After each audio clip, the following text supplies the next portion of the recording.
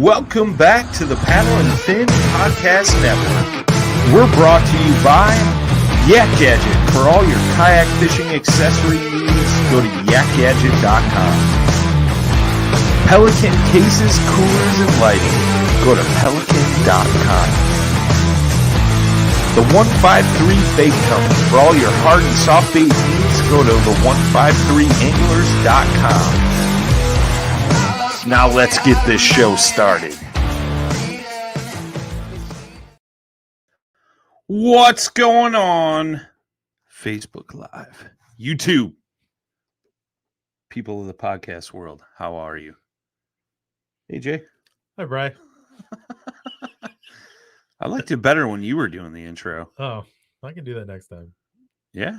Sure, why not? You had some spark in your step for a few weeks there. You like that, huh? Yeah, I did. Yeah, it's in my back pocket. Just keeping it safe.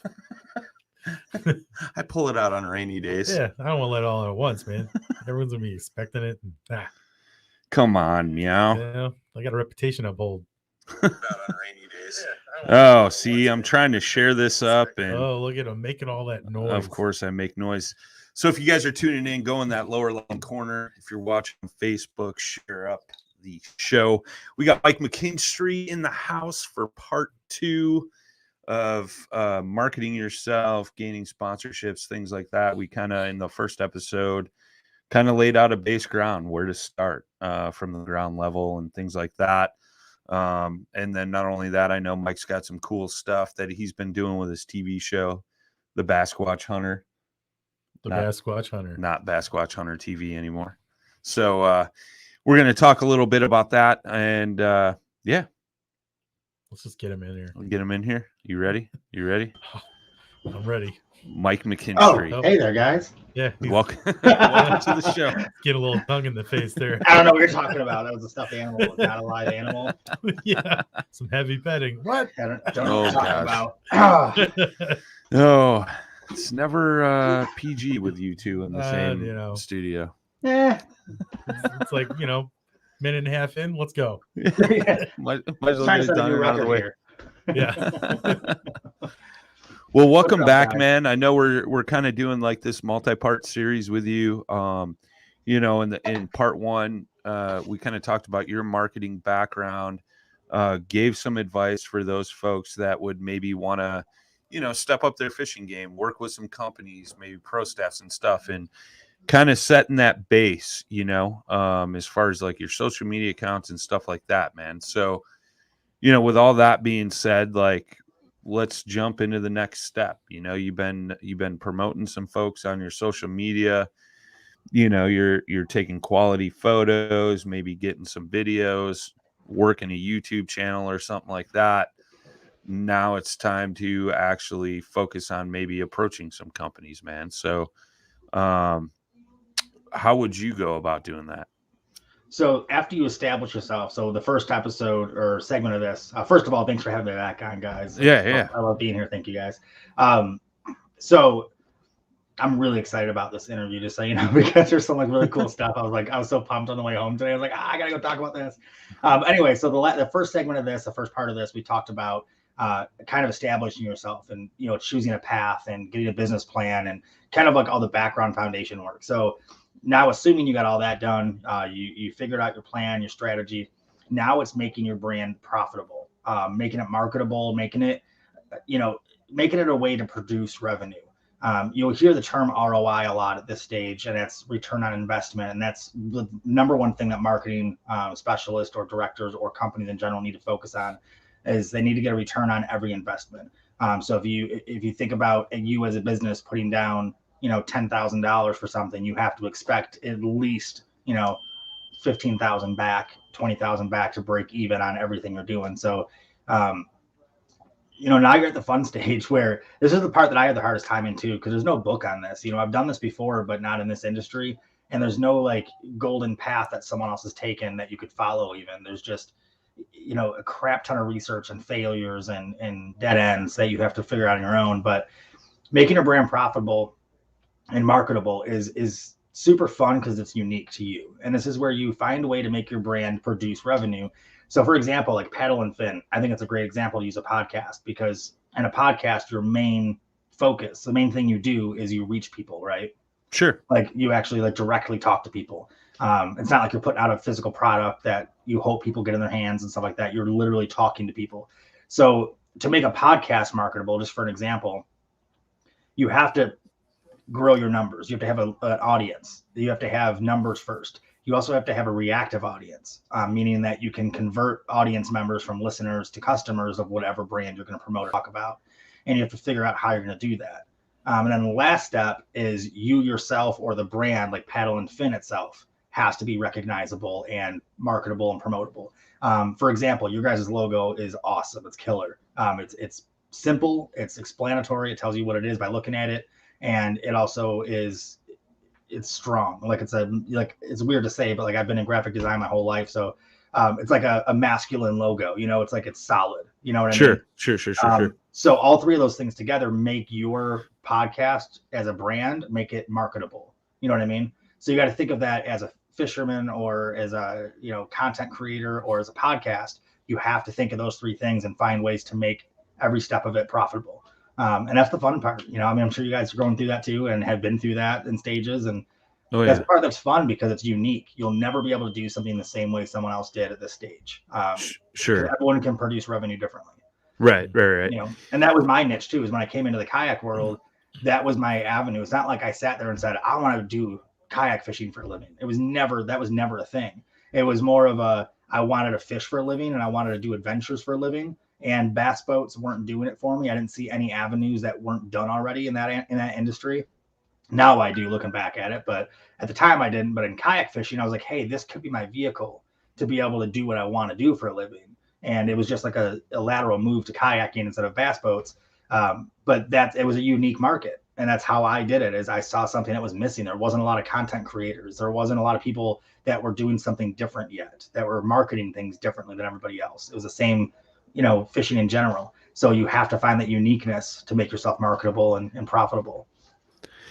Yeah, I mean, that's the thing too, right? Like, you know, you got your TV show, we got a podcast, you know, you got your tournament anglers, you know, it's all a matter of like finding your niche and sticking to that. And I think we touched on that briefly, like in part one, you know, like you just kind of have to find, you know, what section of this puzzle do I fit in and run with it, so to speak. And then just try to perfect that. And that's what makes it marketable or profitable or, you know, so on and so forth. Yeah. Well, the big step too is at this stage, now you have a brand, right? You have a YouTube channel, you have content you're starting to put out. So now it's just a matter of, you know, if you were a business yourself, would you sponsor yourself? You know, it's more of now you have something physical. You have something that you can promote. You have something established. Now it's a matter of, you know, how are you going to create revenue? And, you know, just to give an example, when I did that stage, I looked at it like there was the Chad Hoover that was doing the TV show. There was Robert Field that was doing like super unique stuff and entertaining stuff. Then there was Gene Jensen that was doing like super high-end educational stuff. And his is more vlog style, Chad's is more produced, and Robert's is more like indie style, like on the go, like a documentary. So those are the three mentors that I pulled from and would ask questions to and just try to like study what they were doing that worked and didn't work. And there was no avenue to like do what I was doing the way I wanted to do it. So I just pulled little parts of it and I was like, all right, I could do something different than everyone else is doing in the field right now. And that could make me be able to produce sales and produce exposure and, you know, produce something for these brands. And that's what I did. And it worked almost immediately. I saw that gap and I was like, let me just run through it, you know, and it's kind of like a running back on the field. You know, I saw that little gap and I was like, all right, I could get tackled or I could make it through and punch through to the end zone. Well, let's see. And that's what I was saying, how there's no paved golden road to do any of this stuff. But when you're at the stage, at least you have something to promote, you know? So now it's just a matter of finding a way to make that brand usable for other brands. Absolutely. And I mean, on a scaled back level, right? Like, I think all of us, when we got into kayak fishing, it was like, all right, we started gaining some followers, you know, started responding to questions on Facebook groups, message boards, things like that. And and that's a perfect thing that like a lot of companies look at. But I always get the question, like, guys never had a pro staff position or a sponsorship position. And, I'll get the question, should I take this? Like, should I do this? And I'm like, you got to figure in, what amount of time you're going to actually put into this. So if like company X requires you to make 4 Facebook posts a month or Instagram posts, what's that going to take you an hour? What are you getting in return? If it's and I remember back in the day we had a pretty lengthy conversation in our chat about this whole thing. Like, company X is giving you a 30% discount, but you may only spend or buy one item from them a year, so you're saving $90. Yeah, or $90, yeah. right? And so if it's taking you an hour in a month, so now you got 12 hours for $90. Divide that by 90, that's what you're getting paid. Yeah, and I think too, like you kind of have to. So when we came into it, we looked at it differently. Right? Yeah. We were like the romantic side, right? You're like, oh man, I'm on a team, and this is gonna be great, and you're doing all this stuff, and I don't know, you can get burnt out on it. Sure. Again, like what is your worth, right? Yeah. I mean, what do you think you're worth? I think we were told by somebody at one time, they're like, a lot of this stuff you're doing kind of for free, and like, is that going to help you in the long run or not? Sure. But I think the appropriate way to look at it is, if you're going to join a team or something, use it to build your brand. Yes. Like you yourself. Yes. And just do what you're doing, and, what's called pay your commitments or whatever, like do whatever you're required to do, and then just build yourself up and just be yourself and find that niche, like we were saying, because it's really difficult, like you were saying, Mike, that you don't really know where you're going to fit, right? Because you don't know, you think you're good at something, you may not be as good as you are at it, but you may be good at something else, within that same genre, right, that you're like, oh, I never thought I could do this, so well, there's a lot of lateral moves once you get in the industry too. Sure, yeah. But like I said, it's like a running back in a football field, though. If you look at a football play from the top, you can see all the different plays and avenues, and some are some go like this, and some are straight this way, and obviously you want to take the path of least resistance, but that's the point of being an entrepreneur or going on your own, is that you're going to have all these paths all the time. Every day there's a decision that you have to make, and you can go this way and get tackled and you have to get back up again, or go this way. I mean, eventually you'll make your way to the end zone, and that's what it is, man. Like find your little thing. Like when I got into it, I was like, all right, there's already these guys doing what I want to do. Let me see what they're doing. And I spent almost a full year just doing the thought process of it. Like, let me see what they're doing and not doing, and let me see where I think their mistakes are. And they're all great guys, and they all helped me out with advice. And some I took, some I didn't. And and I was like, cool, now I can at least read the field better. Like now I can at least figure out what's missing. And and I started promoting my channel. I'm sure you remember this too, Jay, because I knew you back then. I started promoting my channel when I had 7 videos and like 32 subscribers, I think. Like that's all I had. I didn't have anything else but a Facebook page and a YouTube channel. And I didn't know any better. That's what I thought. I was like, hey, I got a YouTube channel that you take me seriously. And little did I know, everybody in the world did the same thing. Like everyone's got a YouTube channel. And I didn't know. So then I was like, oh, that's not good enough. Now I have to do something. So then that's when I had to pick that route. I had to find out, like, I was doing pretty good in tournaments, but it wasn't like, I liked it and I was passionate about it, but I just didn't see that was the good avenue to the end zone. I just didn't see, I saw like a lot of work and a lot of time and not really a lot of reward. If you win every single tournament you do, you still can't make a living if you're paying for all the tournaments. So I had a good tournament record for a couple of years in kayak fishing. Then I was like, okay, I don't see this as a path. Let me go backwards and like go back to the QB and see where another path is. And content creation fit everything I love to do. And I was like, I don't have anything to offer any of these brands, but I'm going to do it differently and see if that's good enough. And that's what was good enough. I didn't have numbers. I didn't have followers. I literally just was doing something different. And then they saw that and they said, hey, we'll give you a chance. Well, and I think you bring up a good point though. Like, cause I mean, you keep saying about followers and all that. I think people just need to like leave that all behind. Like you had said, like in the very beginning. Like you just can't let that discourage you, even if you don't have that turnout that you think that you should be getting. Because I mean, in the end, nobody really cares what you think. You know, it's like people are going to come to you because of you and what you're doing. And if whether you're doing something original, which will probably help you more, or even if you're replicating what's already been done. I mean, because let's face it, we've all kind of like walked over everybody else. I mean, everybody's done it. There's only so much you can do, but that's why you as the product, that's what's going to sell, and that's what people are going to buy. So if you're that guy or gal that everybody likes to listen to or watch, you're going to benefit from it in the long run. But yeah, I mean, I think that's an important thing. It's like, just don't count the numbers. I mean, that'll matter later, but for different reasons. Yeah.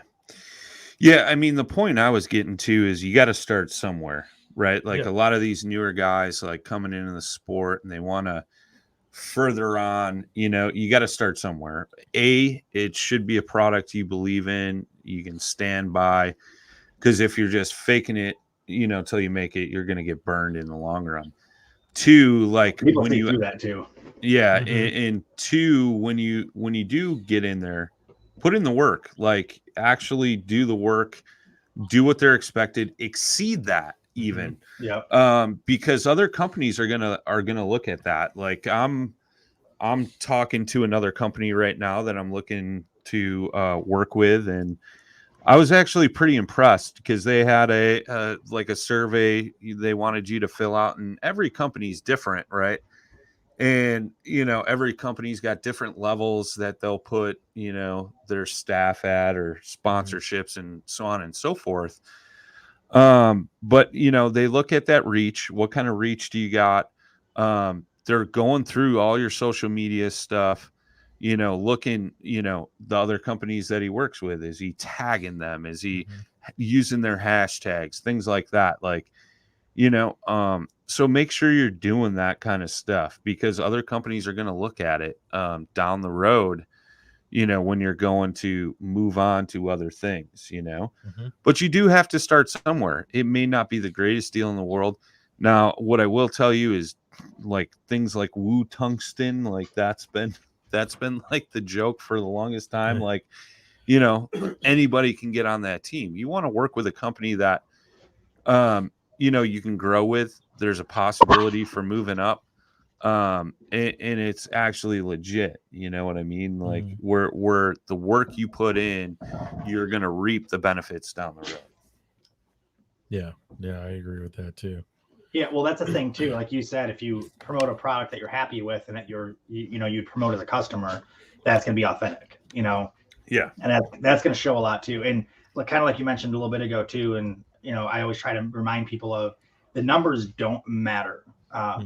I mean, they do, but they don't. The numbers will follow, like they'll come, but the content matters. And when I say that, I don't mean it has to be like highly produced. It doesn't have to be like a cinematic production just to be able to get followers. Some of the biggest YouTube channels are literally like a dude holding the GoPro or like, a handheld. An iPhone. Yeah. Yeah, exactly. Like, I've filmed like legitimate commercials for companies, like big high budget commercials on an iPhone with a gimbal.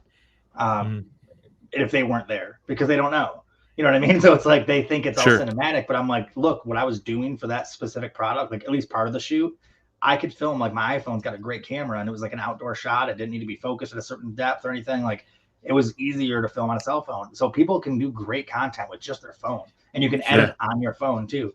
So it's a matter of content being unique and being different, and don't do the same thing someone else is doing. And that's it. Because that's the thing nowadays. Like everybody has every social media app at their fingertips, and brands are starting to catch up finally and starting to see like, oh, wow, like a 12-year-old can promote, have 500,000 followers, a 10-year-old can playing video games or makeup tutorials.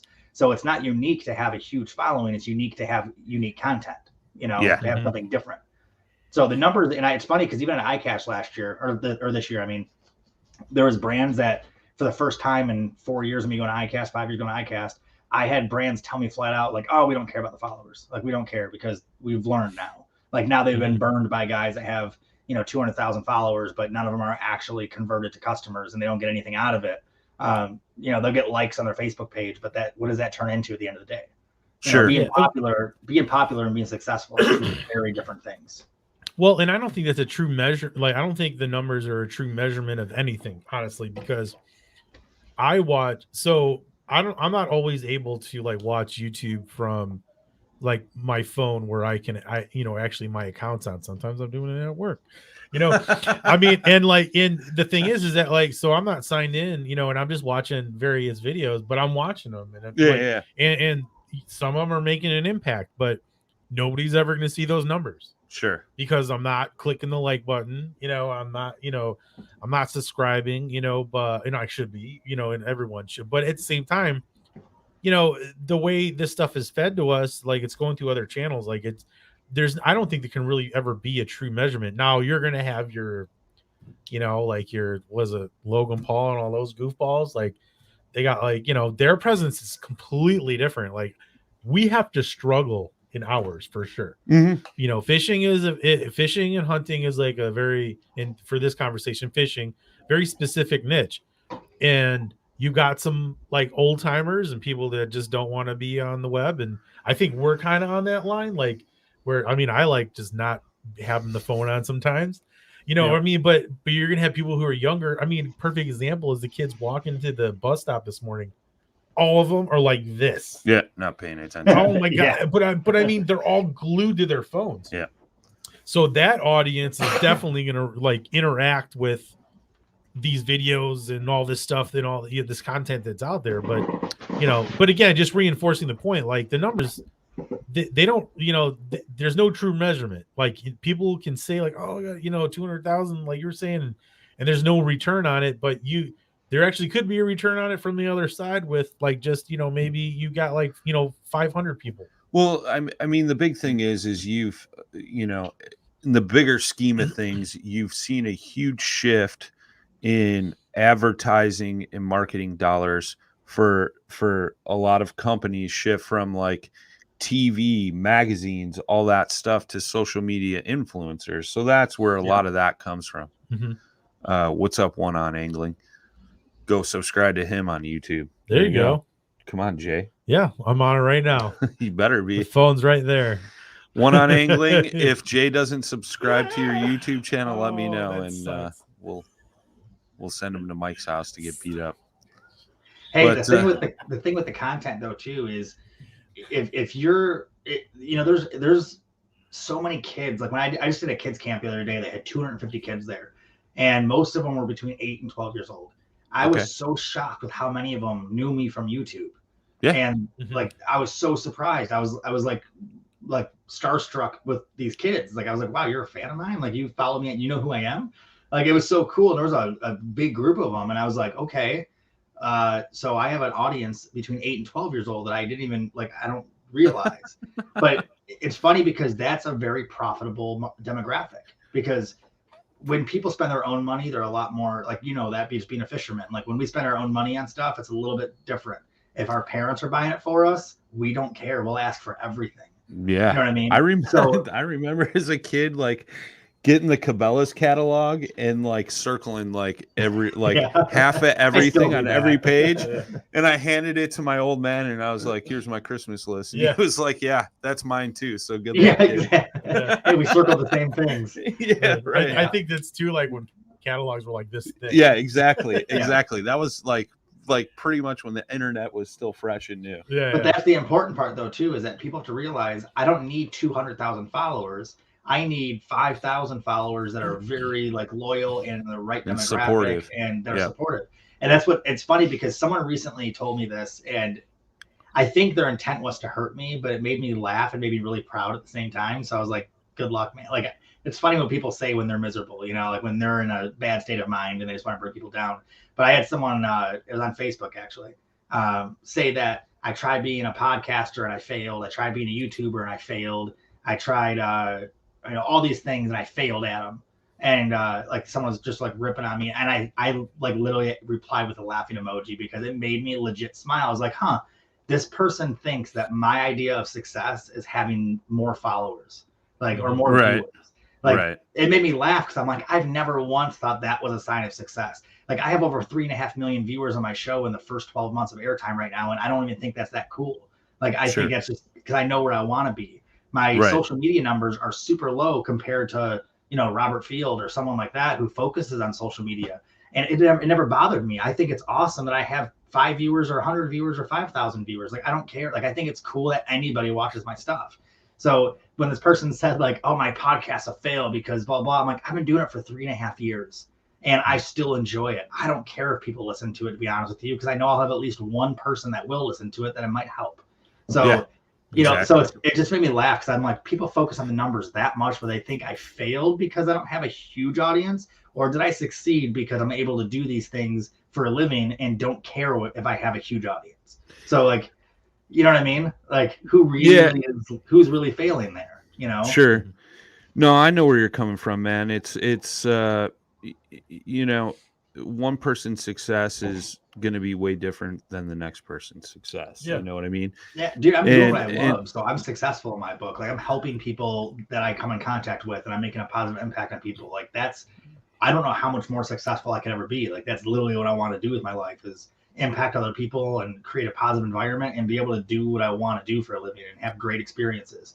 That's literally what I quit my career to do. So like, yeah, I'm struggling on things here and there, and I'm struggling with planning and scheduling. There's a lot of obstacles in what I do, but I mean, seriously though, like this is the coolest thing in the world. Like it's the greatest experience I've ever had in my life. Like all the adventures I get to do. So, and it's not because I have a huge following. It's because I focus on the content. I focus on what I'm actually putting out. Yeah. And I was going to say success is measured like it's so many different levels. It's just, I think it's all about interpretation, right? Yeah. Like it's an eye of the beholder. Yeah, exactly. I mean, to me, like you're successful, like, right. You're doing this for a living, right? I mean, some people will be like, well, he's not rich. It's like, well, but am I though? Because well, my focus, right? Well, if my focus was money, I would have never left my marketing career. Sure. You know, like, and any musician, artist, athlete, anyone who's ever ventured off to be a professional in an industry will tell you flat out that if they did it for money, they never would have done it, because there's that period that, you know, Jim Carrey lived out of his car for 2.5 years, you know, like there's those periods where you struggle and that's why people don't do it, because not everybody can do that. Not everybody can sacrifice everything for an unlimited amount of time, an unknown amount of time, until you can actually grind out and hopefully make it. So am I where I want to be with my career? No, but am I happy with where I'm at? Absolutely. Am I proud of myself where I'm at? Every day. Like I'm blown away that every day I still get to do this. And if it stops one day, then I'll do a side lateral movement and find another avenue to keep on evolving and keep on growing it. Because it's, you know, people think that you have to be rich to be successful, where I look at it, I'm like, but what does rich mean? It's not money, because money is not my idea of rich at all. I'd rather be where I'm at now and be middle class and be, you know, making a solid living.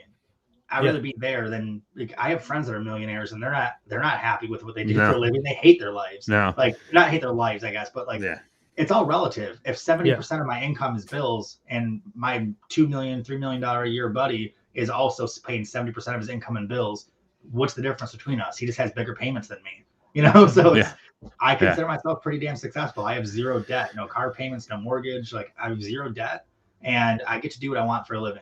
I don't need $1 million in the bank to be happy, you know? And that's the big thing too. When people venture in this career, in this industry, whether it's tournament fishing or content creation, they need to understand you're not doing it for the money. And if you are, it's the wrong industry. And it's just like any sport or musician or painter or anything, it's the wrong way to do it. If you're doing it for money, you'll never be happy. You'll never, ever, ever be successful if you're focusing on money. It just won't happen. 100%. I agree with that. I didn't mean to go on a rant, Jay. I'm sorry. Yeah, forgot what I was going to say. I'm sorry, dude. I seriously feel like a jerk. I'm sorry. No, I get on these tangents. I was going to build on your Jim Carrey thing because, like, you know, with his success, right? An additional thing he used to do, just, I mean, as a sidebar, is he would actually go on stage and bomb on purpose. Yeah. Just to see how bad it could get. But point being is that, you know, he would take that chance. He wanted to see. I didn't know that. That's cool. Yeah. Yeah. He I mean, he didn't do it a lot, but he'd do it. I mean, he would do it bad too. I mean, he would crash hard, you know, but he said that was a part of his success. Because I mean, it's like the saying goes, like success is built on failure. Which it is. You got to purposely cause failure like he did sometimes, so you can just be like, okay, how do I navigate it? How do you practice failing? So you have to. Norm Macdonald was really famous. I'm actually friends with the guy who was friends with Norm Macdonald, and we've been talking about him a lot lately. And he said that he would purposely go out, and there's videos of this. He would purposely go out if he didn't feel like doing comedy that night or didn't like the event or something. He would go out and purposely not be funny. He would try to do the best he can to make it awkward. Like he would, and if you look it up on YouTube, there's like interviews and stand-ups that he's done, and I didn't really know. I thought he was just a weird guy. I thought, I'm like, this guy's losing his mind in this event. But it was on purpose because he got screwed over, or he found out they weren't going to pay any of the entertainers anymore. So he's like, all right, let me go on stage and show you what you get then. And they go on there and just bomb. And the comedians knew what he was doing, so he was like trolling everybody. But he was so good at it that nobody knew. So it was just such a cool dynamic though when I learned that, because I was like, oh, that was on purpose. Like he's purposely failing to prove a point. Like no, he doesn't care if everyone thinks he's terrible right now because he's proven a point.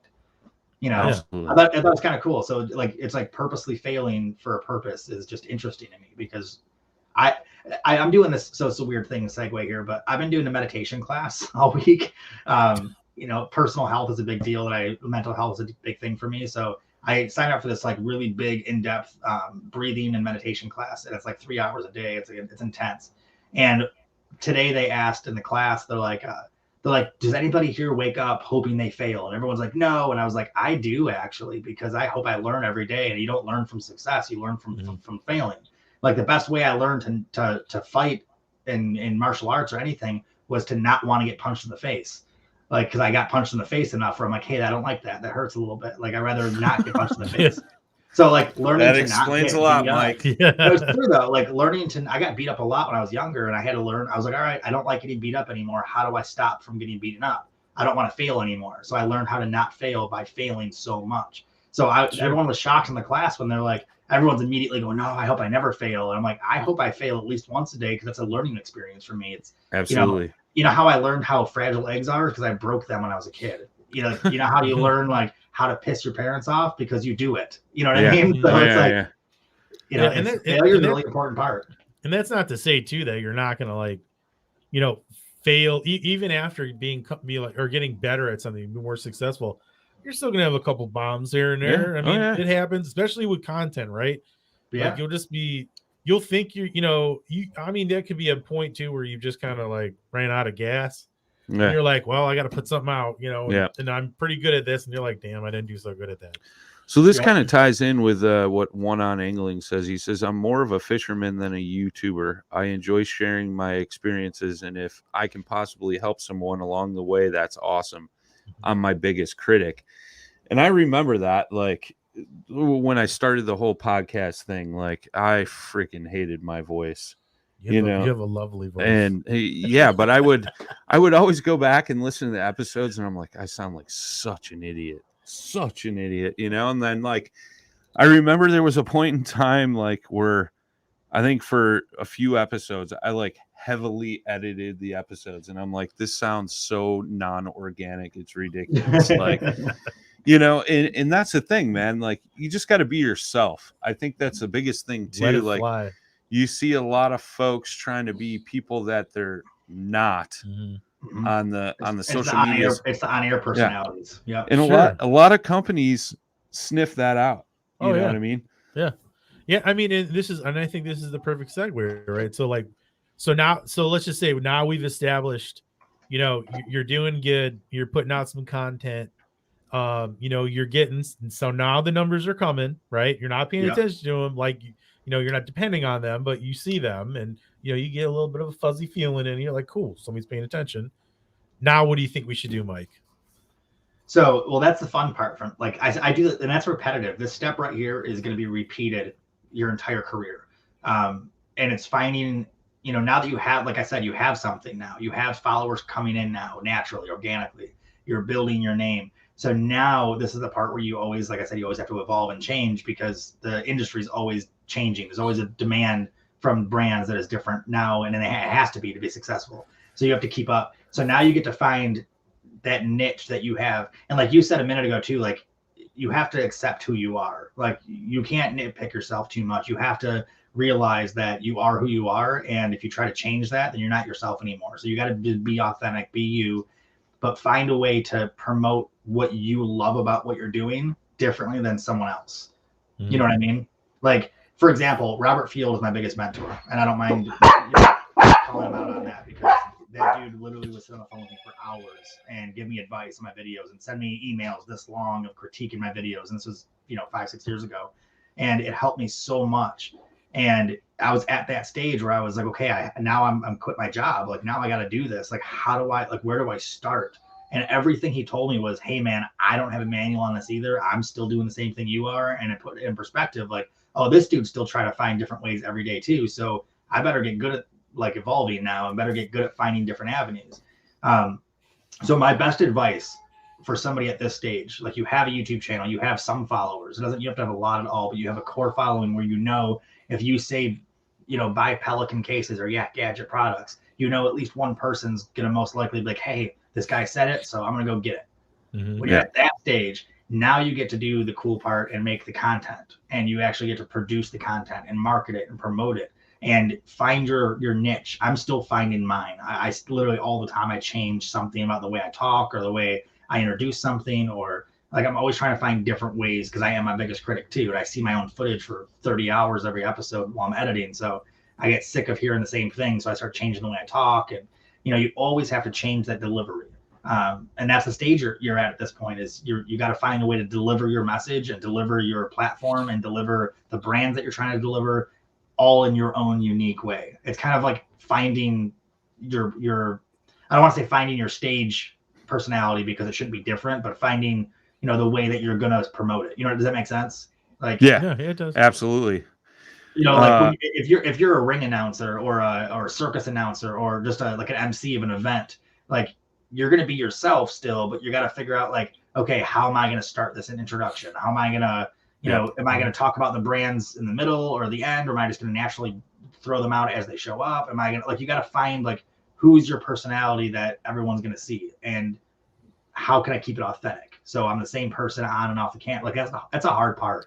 A lot of the guys in the industry, like, you meet them in person and you're like, oh, that's not what I thought. On camera, it's this guy, but met him in person and he was a jerk, or vice versa, or something. And that happens when, I've met celebrities that are like that, where I was like never a fan of them again, because I met them in person and I was like, oh, like, on camera, like, their characters are always so great, but when I meet them, the guy was just like total D-bag. Yeah, and it happened, it happened with some people from Michigan that are, some of the most famous musicians in the world. Two of them, I knew them both before they were really big, and they were great dudes. I worked with them a lot. They're great dudes. And once I got to a certain point, I was like, I'm not even a fan anymore, because they weren't who I thought they were. It's like, but you have to keep that. Yeah. Anyone who meets me, they're always surprised that they're like, oh, you act like, it's no big deal. I'm like, it's not. I'm still working every day to try to, like, make something of this. Like, it's not a big deal to me, just because you perceive it as a big deal. But they see that I'm the same person, and I was like, yeah, I'll never be I always make the jokes I'm short. I always make the joke that I'll always be one of the little guys. You're short? Yeah. No. Yeah. I'm just kidding, man. I have a complex about my hair starting to thin out. You want to bring that up too? Oh, dude, don't even get me started on that. Yeah, Jay can take his hat off for you. John Rapp in the chat says, people can see if you're genuine. They can smell fake or frauds a mile away. Is that a cop thing, you think? Could be. The way it's worded sounds very... Is that a 5-0? Yeah. 5-0 comment? Federale comment. But it's true, though, because a lot of brands that I talk to, they'll tell me flat out, like, I just have this huge multi... did I lose you? No, you're good, man. Okay. I think, my headphones are cutting out. I think I'm on the cord. I had this huge, like, multi-million-dollar company that I was talking to, and she, the marketing director, she goes, hey, I just watched one of your episodes, and I feel like I know you. She goes, I feel like I haven't even talked to you yet, but I watched one of the episodes that you sent, and it just seemed so personal. Like, it was like, you talked about your family, you talked about this, and I was like, oh yeah, I'm, it's just me doing something, me hanging out. And I was so proud of that, because that's what I try to make sure I do. I try to make sure that I, portray my personality without trying to look like I'm portraying my personality. You know what I mean? Like, you don't want to act like you're trying to show off your personality, but you also want you got to find a way to project who you are, and so people can connect. And that's the hardest part of like when you see like a really talented actor like Leonardo DiCaprio or Robert Downey Jr. Like, you know, the guys that are like super good like method actors, like they get into the character, but you can still kind of like you can assume you know who Ryan Reynolds is. You know what I mean? Mm-hmm. Because he portrays his real personality so well, even when he's in a character, that you feel like you know him just watching him. Now he could be the biggest jerk in the world in person, I don't know, but I feel like he's like the funniest, sarcastic, hilarious dude in the world in person. Mm-hmm. And that's what you got to try to do. And assuming that's genuine, I'm assuming it is. That's what you got to do is find a way to like show that without coming off fake. And I have a hard time with that. I have people who all the time, you know, that I've never met, like, oh, you're just a fraud. You're doing this, blah, blah. I'm like, I don't know why. Like, what am I doing that's portraying that? You know, I'm trying to like figure it out. Sure. There's nothing like. So that's the part of this whole process that's tough is now you're sharing who you are to the world. You're going to get a lot of negativity, a lot of criticism, a lot of positivity, a lot of, you know, reassurance, but you got to find that unique path. And there's no way to tell anyone how to do it because everyone's unique, but find that unique path. So these brands will look at you and go, you know what? You don't got a big following. And I had brands tell me this 5 years ago. You don't have a big following. You don't have a whole lot of numbers, but I can just tell that you're genuine. I can tell that you're really passionate. I can tell that you're going to do something. You're not going to give up. Like you're going to, like, I can just tell.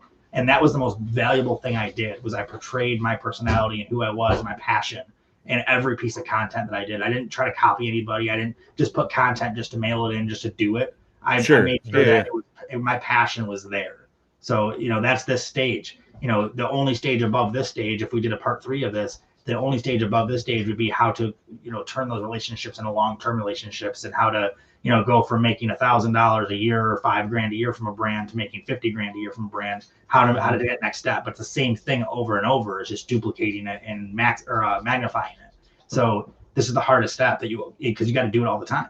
You know, when the market changes, like when I went from paddle kayaks to pedal kayaks, I had to adjust the way I promoted, the way I marketed, the way I was talking to people, the way I'm trying to sell $3,000 to $5,000 kayaks now to people instead of $1,000 kayak that just paddles well. You know, the market evolves and these brands want, you know, TikTok presence now, and they want, you know, they want faster content because things are quicker now. They want 15-second videos. They want, you know, there's things change. So you can't just pick one path and say, I'm sticking to it. Like you can't, I always say the term, you can't AC/DC it. Like the AC/DC's never evolved. They've been the same. They haven't had to. They've been the same thing for 50 years and they're still unique. Green Day did the same thing.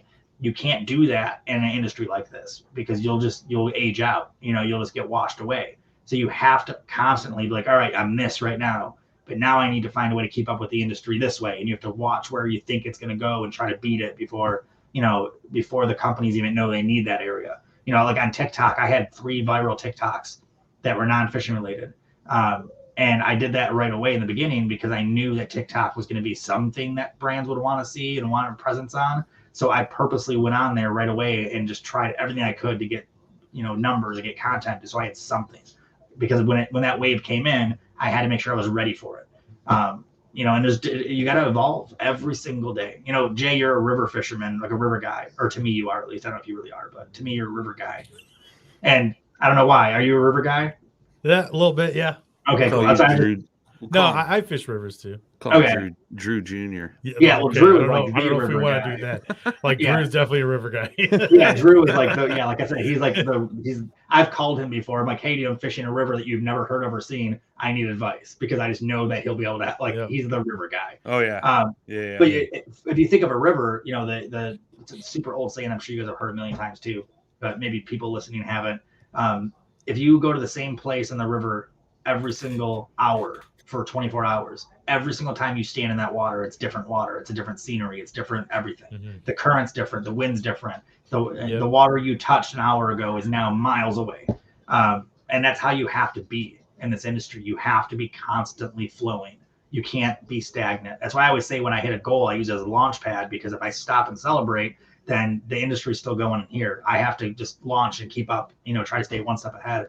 And that's this level of marketing right here. That's the stage that you're at, is once you get everything established and now you have something, that's where like the part where people drop off. You know, you'll see 100 people that will do all of that work, and then one of them might make it to the step after this, because this is where it really where you have to really work without getting rewards right away, where you have to really sacrifice, where you really have to put everything you have into it and maybe not see results for a year, you know? Yeah. And you don't want to say it's like a thankless, right? But at the same time, it's a long, like you can't be expecting that, right? I mean, you're just not going to get those returns.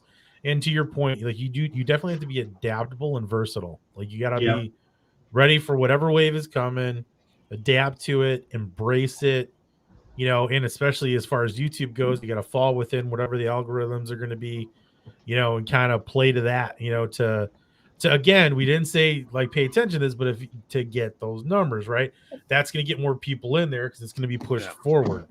But it's like, but yeah, like again, you don't want to depend on that. But yeah, I mean, just keep moving forward as much as you can, and it is super repetitive, you know. And you're the people who work the hardest are gonna get, you know, they're gonna reap the rewards. I mean, most people are gonna drop out. A lot of people like think they want to do this because again, there's that glamorous side, right? Like everyone's like, oh, it's gonna be so great. I'm gonna be so famous, and everybody's gonna know me. And I you know what though, everyone into a store. Everyone knowing you is not always a positive thing, and being well known and being famous are two totally different things. And I would choose being well known over being famous every single day of my life. Like I would never, like I have one buddy who's I don't have a whole lot of friends that are at that level, but I have one buddy who's actually like famous, like where he'll get recognized at pretty much anywhere. And I've never seen anyone so miserable with what they do. Like I'm serious. Like that dude, he makes trying to run from it all the time. Dude, he makes it stupid good. But you know what's funny is, you know what he told me that made so much sense, and he just told me this recently, and I didn't even like I've thought about this before, but I never like hit me until I heard it from someone who's going through it. Mm-hmm. He goes, if I get cut off on the road and flip someone off, he goes, it could ruin my career because that person could say something. He goes, if someone wants to fight me somewhere, I literally have to act like the nicest person in the world, no matter what, because I have eyes on me. He goes, it could be on TMZ. It could be on, like, it could ruin everything I've worked for and sacrificed for 20 years because of one comment, one word, one thing I said. He's like, I can't go out and drink too much with my buddies in public because if anything stupid happened, like, he's like, it's the worst thing I ever did because now I had to sacrifice being real. Like I have to, like, every time I walk out of my door, I have a different persona I have to put on now, and I can't breathe until I get home. And it sucks. Yeah, and it's like we said, man, many, many times, the internet is forever. Well, and that's the thing, right? Dude, like imagine the internet when we were kids, man. Like I'd be in prison right now, probably. Like, dude, you don't even want to know my backstory. Oh boy! I mean, I was an angel. Well, that's just it. We're talking about working for companies, right? Like, you know, representing them. Like, you're in the spotlight once you get that. And if you're going to go act like a jackwagon on, you know, some Facebook page or a forum or, you know, talk bad about somebody, like, that gets frowned upon. Like, you're under a microscope at that point, and you got to be cautious, you know, going back to the main topic at hand. John Rapp said, always be generous. Don't be the asshole people talk about around a campfire, no matter the media format. Yeah. Absolutely. Yeah. You know, but to your point, man, about the internet, I mean, anything you do, even companies you want to work for, just to make a living before your YouTube career takes off, like they're looking at this stuff too. Yep. And so are the police. So you really gotta you really gotta, you know, keep it tame, man. You can't like go too off the, you know, on a tangent. Well, you definitely can't be an ass. People don't realize that that's one of the sacrifices, and people are like, "Oh, who cares?" It's like, but hold on, think about it. Yeah. You can no longer make a mistake. Like you can no longer do something out of emotion ever again because it'll judge you and it could ruin, you know. And I've done it. I've done stupid stuff on social media in the last 5 years that I shouldn't have done, where I reply to someone I shouldn't have replied to because I didn't like their comment, and I was like, you know what, here's blah blah blah blah, and then sure enough, an hour later I get a text or a call from one of my sponsors that saw it and said, hey man, you're representing us, and you know, maybe you shouldn't reply to people like that. I was like, oh, like, well, I've done that. And is it ever really worth it, right? I mean, even though you might be right, you know, even though you may, like, that's your hill, you should be standing on it, you know, but somebody is like come along and shoved you off for a second. It's like, It's not worth the aggravation. No, because that's all that crap is out there now. I mean, people want to troll you and get you to spaz out and say something stupid, and someone who's like one of the. Ironically, I didn't interrupt you. I'm sorry, man. No, you're good. Good. Sorry. Go ahead, Mike. Go ahead. So ironically, I heard this example from like one of the, in my opinion, one of the like rudest people in this industry. I'll just say, without having to make it more specific. He gave me this advice, which was very ironic coming from this guy. But he told me that if someone's trying to argue with you or fight with you or, troll you or anything like that, if you ignore it, people see one a-hole.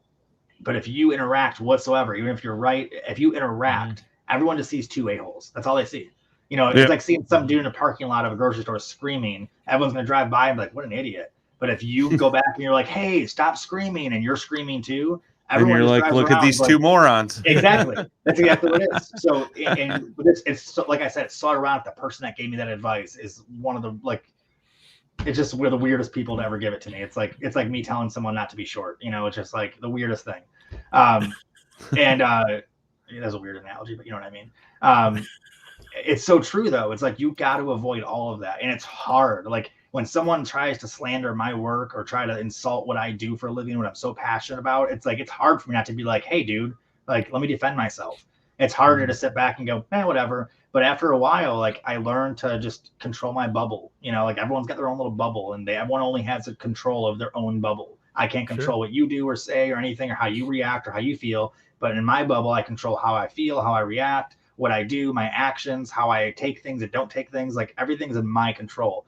So, once I learned that, then it was like, now I can, like I said earlier, when people say I failed on my podcast because I don't have 5,000 viewers, like, I don't care. That's not a failure to me. I laughed at it because I was like, all right. And I didn't have to reply to the guy even, because I was like I saw it and I laughed and I was like, all right, this guy's, I think he's trying to insult me, but at the same time, like, do I do a podcast? Yeah. Do I make money on it? No, I do, because I love, it's something I love to do. I love to talk to people. So I was like, I've succeeded in that. Do my YouTube take off like as big as everyone else's? No, but I have almost 5,000 subs that are great people and great supporters. So did I fail that? No. My YouTube channel got me to a national cable TV show. So did I fail? No, I didn't at all. I'm proud of what I've done.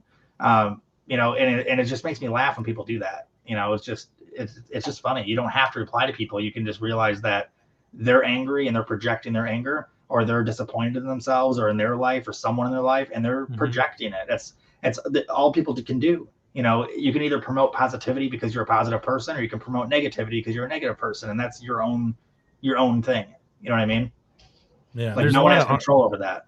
There's a lot of armchair experts out there too. I mean, let's be honest. So, I mean, everyone thinks they know everything. I'm probably on top of that. I was going to say, are you describing yourself right now? I know. I mean, every now and then, I've got a very strong opinion and I will take it to the grave, even though, but then, I'm also open to stuff, but, I'm also not trying to start a fight. One like, on Angling just said, so pick your battles and stay true to yourself. And I love that question because, or it's more of a statement, I would say, actually, because it's exactly what I would say. But it's not even pick your battles, because that's what I used to do. Is I used to be like, okay, this one's worth it. It's literally avoid battles. Like, there's no point to battle. If you're doing what you love and what you're passionate about, if you're happy with your content, if you're happy with your work, if you're happy with what you're doing, literally F everybody else. Like, who cares what people think? Who cares if brands say that you're not good enough yet? Say, okay, well, I'm going to be, and then put the work in. Turn everything that's negative into motivation. That's literally how I live my life. Is everything that I have so much negativity surrounding me, and if I paid attention to it, I wouldn't be here. So I try to turn it into positivity. I look at people's insults and I look at the rejections I get and go, I'm going to not get that rejection again, and I'm going to not get that insult. I'm going to make this person realize who I am, or I'm going to make this brand know that I can do something for them. And it might take a year or two, but I'm going to put the work in. And I think a lot of this translates just to regular life, right? I mean, you're going to run into situations where you can engage somebody, like, of course, you're not behind a keyboard, you're like almost face to face, and it takes a bigger person, as they say, to like walk away from it, because you don't need to engage all the time. It's just so exhausting. And like, and I've done some dumb shit in my life. I mean, it's and then I look back and I go, oh my god, like, why did I even do that? John Rapp wants me to ask you about the Second Amendment. Yeah. But yeah, that's one of my hills. But no, I mean, actually, that's a good thing too. But well, let's a little segue to CCW. Like, no, we're not going down that road. No. Here we go. See what you started, John Rapp? Yeah. No, I'm going to make one point and I'll walk away. No, what I was going to say is like the one thing they teach you in that is like, don't engage. Yeah. Like you don't need to engage. Find a way out. You don't. Your job is not like, I mean, you're not a cop. You're not there to, I mean, if the situation is impossible, you got to do what you got to do. But the point is like, you never want to be the aggressor. You never want to, like, you just don't want to get yourself in this situation. And the same thing goes for like regular life as you're going around. Like, again, don't be flicking people off. You're just, that's a doorway in a situation that might go sideways like real quick. It's like somebody says something, you're like, all right, thanks. I'll see you later. I kill them with kindness. I always mess around with people. It's like, dude, I had a guy, I think I told you before, I had a guy email a sponsor like 45 times telling the sponsor that I was a bad person. And I talked bad about the company behind closed doors and as a guy I never met. And when the sponsor, I met him, I ran him the sponsor at ICAST because they're from a different country. And I ran him at ICAST one year, and this was years ago. And the guy told me flat out, hey, I had to block this guy from our email account. Like, I'm like, what was his name? And he told me his name, and I was like, who? And I found him on Facebook, and I messaged him, and I was like, hey, man, I'm just curious, what's going on? And he was like, well, you didn't ever, I tried messaging you, you never replied one time, and I met you, and you gave me free baits, but then you never reached out ever again. And I was like, what? Like, I don't understand. Like, so what did I do wrong to make you do this? Like, you lashed out, like, there was like, it was ridiculous. Like, it was like weird. And I was like, what made you do that? He's like, I just, wanted you to feel as bad as I did about it. I was like, got it. And that taught me a lot. Cause I was like, you know what? You never know how you affect somebody. You can do your best and someone still hates you. So I learned, that's what I was saying earlier. Like, I learned to not pick battles at all. Like, I used to pick my battles and say that one is worth fighting. They're never worth fighting because what's funny? It's something I've learned the hard way, going through depression and getting beat down, having terrible self-esteem most of my life. And it goes back and forth. One day I will, one day I won't still. And I've learned that like anytime someone bashes me, unless it's like a loved one, someone in my little teeny circle, I don't care. Like if it's my mom, I care if I upset her. Like if it's my girlfriend, I care. When any of my friends like Jay and both you guys, if I offended one of you two, I would care. I would put work to make sure I made it better or whatever I had to do to make up for it. But everyone else that I've never met, if they want to attack me and bash me, I don't want to participate. I just sit there and go, okay, I guess how you feel. Maybe if you watch my stuff, you'll feel differently. And if you don't, you don't have to like everybody. You don't have to please everybody. You have to please yourself. And that's the only person you have control over. Like, I can't make Jay like my show or watch my show. I can't make you be nice to me. All I can do is do the best I can, control my actions, how I perceive your actions, and just hope for the best. I hope I leave a positive impact, and that's it. I think, remember, like when we first met, I remember because we did the shows together and all that, and then later on down the line, because I remember me and who was it? Me and Jeff were messing with you a lot, with your signs and all that, and then Fader, me and Fader, and I remember getting a message later from somebody else, and I'm like, hey, like, is that guy all right? Like they kind of had a pretty assumed position on you, and I was like, no, he's fine, man. Like he's good. He's just the way you see him on videos and all that. But again, to your point, it's either they pick up on something, if they've heard something or whatever. It's just like, whatever, dude, but it's like one of those situations. I mean, there's probably some people that don't like me. That's fine. That's okay. Yeah. Well, 90% of your 90% of your haters have never seen anything you do or know who you actually are. Yeah, and exactly. I'd say 99% actually. Because if someone hates me in person, like someone that I like actually met, either A, I did something that deserved it and I can accept that. Like if I made a mistake or if I said something wrong or whatever, like I can accept that if you don't like me. I don't care. But if I care about you, I'm gonna be like, hey, dude, I'm sorry. Like I didn't mean to do that. Like I'll make up for it the best I can at least, and do whatever I can to not do it again. But all these, 99% of them, the ones I've never met you, they just either hear a rumor and it's easy to follow. It's easy to be negative and hate somebody if they do something that, like, if you have jealousy or if they do something that you want to do or couldn't do or didn't have the I've had a guy one time who literally told me flat out that he just didn't like me because he couldn't do what I did because he has a family and he can't sacrifice everything. And I was like, sorry, like, like I'm jealous of people too. Like I get jealous from a lot of things, but I take that as motivation. I'm like, if someone's doing something that I want to do one day, I'm like, man, how do I do it? Like, how can I like, and if it's something that's important enough, I'll grind my butt off. Like when I decided to go on TV, it was such a huge step. I didn't know how it worked. It's not like I knew somebody that I could call. Like, I just had to figure it out. I'm like, I want to make this a TV show. I want a bigger platform. I want more audience that I can impact. I love the positive feedback. And it was one of those things where I was like, all right, I'm going to take the jump. And if I fail and I get made fun of, or I can't do this career anymore because I can't make it on, I need a bigger platform to make more money. Like I got to do something. Like I'll roll with it. I'll see what I can do. And, like I said, I'm proud as heck of myself because I've been bashed. I've been slandered. I've been hated on by people who've never met me. I've been hated on by, a very small group of people that I actually have met that just didn't like me, which is fine too. You don't have to. And I still pushed through every single barrier to where we're at now. And, like I said earlier, and I hope you guys don't mind because I know we're at like an hour mark now. I want to segue into something a little bit here, but I'm super proud of myself. And it's something I've been learning through this whole meditation thing is that it's okay to be proud of yourself. Doesn't make you arrogant, doesn't make you cocky. Like it's okay to congratulate yourself sometimes. Like it's okay to, like, it's a scary thing to do. It's easy to be negative on yourself and tear yourself down and be your worst critic. But we forget sometimes that like, hey, like you got a good podcast. Like you should be proud of that. Like, when every episode you guys have that's successful, which is every episode I've ever seen you guys do, you should be proud of it and go, hey, we did something. Like we accomplished something and we did a good job at it. Like that's cool. So like when I hit a few million viewers, that was like a huge accomplishment. So, and I forgot to celebrate it because I just was so focused.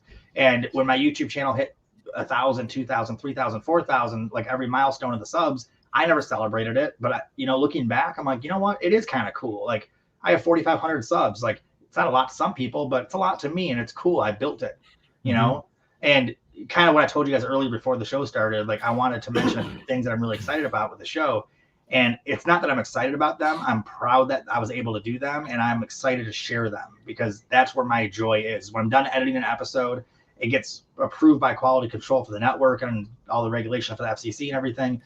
When it's done and ready to air, I get this huge wave of like joy because I'm like, I get to share it. I can't wait till people see it. Like one person's going to be affected by it. It's all I care. One viewer, they're going to message me and be like, hey, that was so cool. Like, you made me want to do this or that. And I get at least one message every episode almost. And it's a super cool thing. And that's what I focus on is that end goal of getting that, like the one person I affected. And what we got to do with the show lately that I'm super proud of and excited about is we got to film with Dave Landau, he's a famous comedian. He's been on Comedy Central. He's been on the Gotham Comedy Club. He's done specials with Jamie Kennedy and Pamela Anderson. He did a special with hers hosting. He toured with Dave Chappelle and was his co-opener with Dave Chappelle. He's a co-host of Louder with Crowder. Like he's a big deal. The dude has gone through some of the craziest stuff I've ever heard of. And he still came through and accomplished some amazing things. But I got to take that dude fishing, and he's never fished before. It was one of the funniest episodes I've ever seen in my life, just editing it, because the dude didn't know how to reel correctly. He didn't know how to hold a pole. He held it like a lightsaber like this. It was one of the funniest things. Like seeing, and I mean, half the stuff the dude said was inappropriate, so I can't cut it out of the episode. But like, it was still fun. Like I wish I could post an unrated version of just like a bunch of clips, like a big montage, because the dude's hilarious, but totally offensive and inappropriate. But first line he says always has, something. I'm like, oh, got to cut that. So like the audio was tough, but watching the dude fish was like, he got so excited. He caught his first bass and he held it away from him like this as far away as he could. He's like, what do I do? What do I do? And it was hilarious. It was so much fun. And like, we went to a comedy club afterwards, and he kind of like, I got on stage and like hosted like a talk show with him pretty much, and did an interview, and it was super cool and fun. And I released that on YouTube ahead of time actually. And like, it was such a cool episode because I'm like, I get to hang out with a famous professional comedian his stories are so amazing, the things that he's done, the people he's met. And, he knows like these famous celebrities really well, like they're friends because he's been around so long. And like, I got to do that. Like, I'm proud of that. And it's cool. And it started because I had 7 videos and 35 subscribers, and I took a chance. And then last week I got to film with a UFC fighter who I used to watch when I was fighting. I used to watch that dude at the tail end of my career I used to watch him when he was coming up in the UFC because he was my weight class and he was an incredible fighter. And now he's still like in his prime. And I got to go in the boxing ring and actually like throw full punches and kicks on this dude and let him do it back. And like, it was a super cool experience. Like, I'm so proud that we got to, like, how cool was that? Like, I got to take a punch from this dude and kicks from this dude and never been kicked so hard in my life. And I got to throw punches back at this guy without getting beat up, you know? like, it was like, I got to punch a UFC fighter and like kick him in the ribs. And every time I did it, I was like, hey, was that too hard? I don't want to make you mad. Like, I'm sorry. like, please don't kick my, like, I can't take you. Like, we're the same weight class, but not the same talent class. Right. And then this week, I'm super excited about this one. This week, I got to do a tattoo on somebody. I just posted it on Facebook today, but I got to tattoo my tattoo artist. He did a new tattoo on me, on my ribs, which still hurts like crazy. And I got to tattoo a Sasquatch on his leg. So like in the episode, it shows me learn how to hold a tattoo gun. I've never touched one. Got to learn how skin moves and everything. And then I get to actually tattoo a permanent tattoo on somebody, which is insane, you know? And it's like, that's the things like I'm in the process of putting together like a collage. Cause like I said, I never celebrate what I do. And I'm putting the collage together for the first time of like a snapshot, little pictures of like zip lining over gator swamps in Louisiana, playing hockey against a pro hockey player, racing against a NASCAR driver, like these cool things that like I forget to celebrate. And yeah, man, that's awesome. It's so cool, dude. Like, you know, it's such a, like, I'm not bragging about what I got to do. I'm proud of what I got to do because I've sacrificed everything to be able to do this. Well, and that's where your wealth is.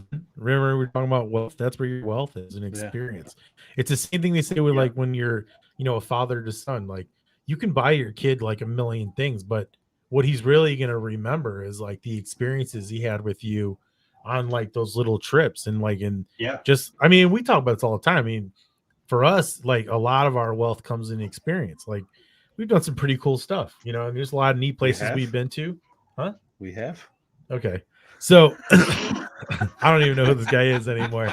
You can just go out there. I mean, I'll just take the rest of it. But no, I mean, it's like, but yeah, I mean, you're definitely wealthy in experience for sure. Yeah, and you should be proud of that. I mean, it's fun. Like, you've had an interesting life so far. Well, that's what I quit my job for. I was making good money. I did marketing for 13 years and I'm good at it. I loved doing promotional marketing. Like, it was like literally like when I was 8 years old, I got business cards made and they got made by my mom's best friend at the time who was in promotional marketing. And that's literally since I was a kid. I was like, I want to do that. And I've done a lot of other things in between, but I finally I started my own company and, you know, worked for another company that took my company for 13 years. And, you know, it was what I wanted to do, but I just wasn't happy. And I was like, you know, I'm making money. I have a solid career. I could work here forever. Like, I'll never lose my job. I was there for so long where I was like, literally like, you know, I was like me and the owner worked together. I wrote my own paychecks. Like, it was like almost like my company all over again. And I was comfortable. I only had to work at the office like 2 weeks a month or a week a month. I was on the water the rest of the time. Like, I could have been doing that still and been happy, but I wasn't like, I didn't feel peace. Like, I didn't feel fulfilled. Like, I had passions that I couldn't do in my career. And I was trying to do both at the same time, like we all did, where, you know, or most people still do, where you work your job to afford to pay for your passions. And I wanted to do the opposite. I've done it for 3 other industries. I did it in music. I did it in mixed martial arts. I did it in hockey. I started doing private lessons in hockey because I wanted to play hockey and I wasn't good enough to go pro. So I was like, how else can I make money playing hockey? I'm like, I'll coach the pros kids. So I started a private lessons for goalies, and I got a bunch of the Red Wings kids and just had a career doing that for a while. And when I couldn't make it in music as far as I wanted to go, I said, how else can I make money in music? I started a music company to get other people in front of producers and studios, and did that for a while. And, you know, like, I wanted to find ways to chase my passion. I've been trying since I was 8 years old. And this one's right now is successful. And if it becomes unsuccessful and I can't come out of it, then I'll find another thing. I mean, it's, you know, I've learned by leaving my career, finally, I've always had a solid job and then did my passion on the side or my side business. Even when I owned my bar, I still did like side hustles because I just loved working 18 hours. I just loved the full days. Yeah. But, you know, now I quit my job to do this. I did it literally because I wanted to just 100% of my energy had to be into something that rewarded me with something besides money. You know, money doesn't make you happy. And it's funny that people say, like, well, it buys happiness because it buys a boat, and a boat makes me happy. But it's like, yeah, until you got to put maintenance into it every year, and then you got to pay for things, and it frustrates you, and then it breaks down, and like, yeah, it might make you temporarily happy, but will it give you will it help you achieve a lifetime of happiness? Absolutely not. But learning how to fish, that could give you a lifetime of happiness, because you can make memories taking people fishing and going fishing. Mm-hmm. So that's what I did. I took my career, once I got to this stage in marketing where we had to find our unique path and, the way that we were going to deliver it, I found happiness, and I was like, this is it. I might not make I might not make $150,000 a year ever. Maybe I will. I don't care, as long as I can pay my bills and still afford to have fun and do what I want to do. I'll keep on doing this, and people might not call it successful if I don't make more than $80,000 a year, but in my opinion, I make more now than I did in marketing. And, and I get to, like, I work twice as hard. I work 3 times as many hours. I have way more stress, technically, but it's not a bad stress, because I took that jump for a reason. And I will never, ever, ever regret that jump, because I get to do literally whatever I want to do with my show. And I worked really hard for that. If I want to play against a hockey player, I can set that up. If I want to play against a professional baseball player, I can do an episode about that, because I just want to play baseball with a professional baseball player. If I want to do like me and you, Jay, we did a Pike episode. It was literally like, we just, like, you texted me, I texted you, we're like, hey, let's do a Pike episode. Cool, let's go do it, because I wanted to go pike fishing with you. It's like, that was what I was chasing. I was chasing that freedom, that I was chasing the opportunity to be able to go in all these different directions, and to be able to always change what I'm doing, and, evolve what I'm doing, and having control of that. And that's what creates memories and happiness and, wealth. Being able to, accumulate money and possessions means nothing, because you can't take it with you. But doing something that leaves a positive impact and gives you a crap load of good energy and good memories, that is exactly what makes you rich, Amen to that. I'd rather die rich than wealthy. Amen to that. I think that's a good ending point for part 2 right there. Yeah, I hope we covered it. Yeah, definitely, dude. We'll have to do part 3. Yeah, anytime, man. I love being on the show with you guys. We'll get that scheduled up and get that working. BassquatchHunter.com, still the good website. And everything has changed now to the Basquatch Hunter. So the show now, because the last season finale airs for 7 more days, and then the show's done for the season. So everything is called the Basquatch Hunter now. So it's Facebook, YouTube, Instagram, TikTok, all the Basquatch Hunter, or BasquatchHunter.com. Love it. One tidbit of news on the paddle and fin front that I forgot to announce when we first jumped on. We have another segment coming on the Paddle and Fin, Bass Thumbs Fishing Podcast. Their main focus is on the West Coast, and that's a bridge like we've always trying to kind of bridge. So we're super stoked about that. Shane Lamont is going to be running that up. He works with Motor Guide. He fishes out of a Bonafide kayak. It's pretty big on that West Coast tournament scene. So that's coming up. Richard DeVries, our good friend, Eastport Marina, asked, after quitting your job, did you find that you didn't need an alarm clock any longer? Yeah, I saw that and laughed a little bit, because it was the opposite. When Mike's a freaking vampire. He doesn't even sleep. Yeah, so it was the opposite. It's what I'm saying. It was the opposite. When I worked at the marketing company, like I said, I was only there for a week, a month sometimes. Like I'd only go in there when I had to. I would just work remotely from my kayak most of the time, or from my bass boat, depends on when it was. And I just showed up whenever. So like I didn't ever have a schedule. Like when I was doing that job for 13 years, I never had a schedule. Now I've been doing this for 6 years full time. Now I have a schedule. Now I have a crew. I have guests. I have a very structured, like, I can't be late for a film shoot. I have to be there early. I have to be there first. I have to be there last. I have to, it's so much different, more demanding now, but it's actually nice because now I have structure, so it's actually like Jay said, I don't really sleep though. Like I usually get like 3 to 4 hours a night. And I wish I didn't have to sleep at all because I could get more done. But, sleeping's a waste of time in my opinion, but it's necessary. But now I have I used to say it all the time until I got older where I'm like, oh crap, my body needs it now. Like if if I get 3 hours of sleep for like 5 days straight, like I need one day where I can just sleep in because now I'm catching up to me. But it's funny because people always say that like when you retire, you can not use your alarm clock anymore.